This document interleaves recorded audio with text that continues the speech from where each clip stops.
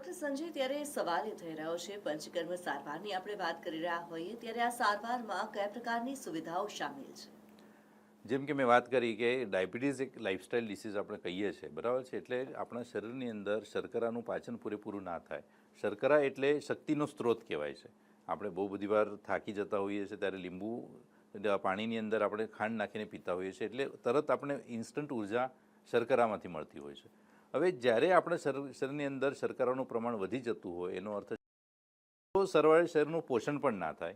તો એ પોષણ નહીં થવાના લીધે, લાઇફસ્ટાઇલ ડિસીઝ હોવાના લીધે આપણા શરીરની અંદર ક્યાંક ને ક્યાંક એક્સ્ટ્રા કેલરી ફૂડ વધારે પ્રમાણમાં લેવાતું હોય સમજો, અને જોઈએ એટલા પ્રમાણમાં આપણે ખર્ચ ના કરી શકે, તો ડાયાબિટીસને રિવર્સ કરવા માટે પંચકર્મ સારવારની અંદર જે પંચસૂત્રી કાર્યક્રમ આપણે ફોલો કરીએ છીએ, તો પંચસૂત્રી કાર્યક્રમની અંદર એક વ્યવસ્થિત પ્રમાણની અંદર આહાર પરિયોજના આપણે મૂકતા હોઈએ છીએ.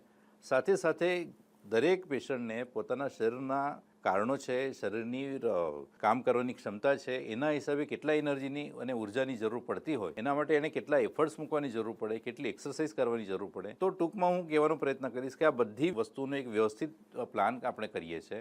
આહારની વાત કરું છું તો આહારની અંદર ડાયટ બોક્સ આપણે ફોલો કરવાની વાત કરીએ છીએ. એટલે સવારથી લઈને રાત સુધીની દરેક વસ્તુઓ જે ખાવાની અંદર આપણે જરૂર પડતી હોય, એનું એક સરખા પ્રમાણમાં બેલેન્સ ફૂડ આપણે પ્લાન કરીએ છીએ, જેને આપણે ડાયટ બોક્સ કહીએ છીએ. તો એ જ્યારે માણસ ફોલો કરે છે, પેશન્ટ જ્યારે આ વસ્તુનું સેવન કરે છે, તો સવારથી લઈને રાત સુધીની વસ્તુ ફોલો કરવાના લીધે એના શરીરની અંદર જે ઉર્જાનું પ્રમાણ પહોંચવું જોઈએ, પૂરતા પ્રમાણમાં ઉર્જા પહોંચે છે, અને સરવાળે ડાયાબિટીસ જે છે વિધિન 2 કે 3 મહિના દરમિયાન આપણે એને રિવર્સ કરી શકીએ છીએ.